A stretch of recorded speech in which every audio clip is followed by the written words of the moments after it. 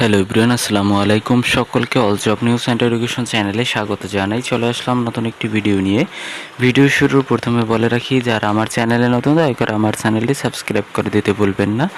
যারা ইতিমধ্যে দিয়েছেন তাদেরকে জানাই অসংখ্য ধন্যবাদ। তো ইতিমধ্যে কিন্তু আপনাদের এসএসসি পরীক্ষার রেজাল্ট প্রকাশিত হয়ে গেছে।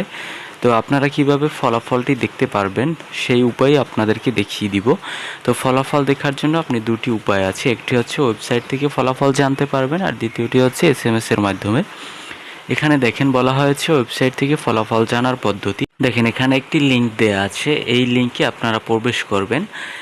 এর মাধ্যমে কিন্তু ফলাফল জানা যাবে। তুলনামূলক এটি হচ্ছে বেশি সহজে ফলাফল প্রদর্শন করে থাকে।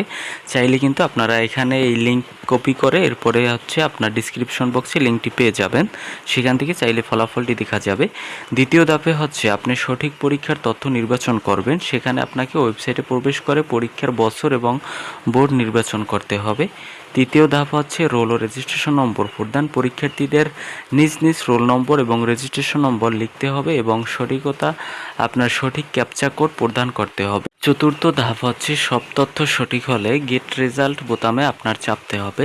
সেটা করলেই ফলাফল প্রদর্শিত হবে। তো চাইলে কিন্তু আপনারা এভাবেও ফলাফলটি দেখতে পারেন। তো দ্বিতীয়ত হচ্ছে এসএমএস এর মাধ্যমে আপনারা কিভাবে ফলাফলটি চেক করতে পারবেন। সেটি হচ্ছে আপনারা অনেক সময় ওয়েবসাইট কিন্তু বিজি থাকতে পারে বা সার্ভার ডাউন থাকতে পারে। ফলাফল দিলে তখন কিন্তু একই সাথে অনেক লোক প্রবেশ করলে তখন সার্ভার ডাউন দেখায়। আপনাদের দ্বিতীয় অপশন হচ্ছে এসএমএস এর মাধ্যমে চাইলে আপনারা খুব সহজে দেখতে পারবেন। এখানে বলা হয়েছে অনলাইন ছাড়াও এসএমএস এর মাধ্যমে জানা যাবে পরীক্ষার ফলাফল। খুব সহজে মোবাইল ফোন থেকে এসএমএস পাঠিয়ে ফলাফল জানা যাবে অল্প সময়ের ভিতরে। তো এসএমএস এর মাধ্যমে দেখার জন্য এই ধাপগুলো আপনাকে অনুসরণ করতে হবে। প্রথমে মোবাইলের মেসেজ অপশনে গিয়ে নির্দিষ্ট ফরম্যাটে মেসেজ টাইপ করতে হবে। এসএসসি বোর্ডের নাম, প্রথম 3 অক্ষর।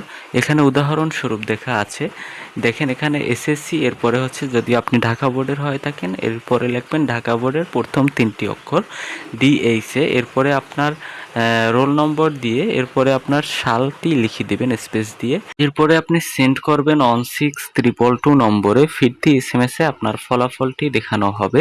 চাইলে কিন্তু খুব সহজে এসএমএস এর মাধ্যমে এটি দেখতে পারবেন। তো এই ছিল আজকের ভিডিও। দেখা হবে পরবর্তী কোনো ভিডিওতে। ধন্যবাদ সকলকে। আল্লাহ হাফেজ।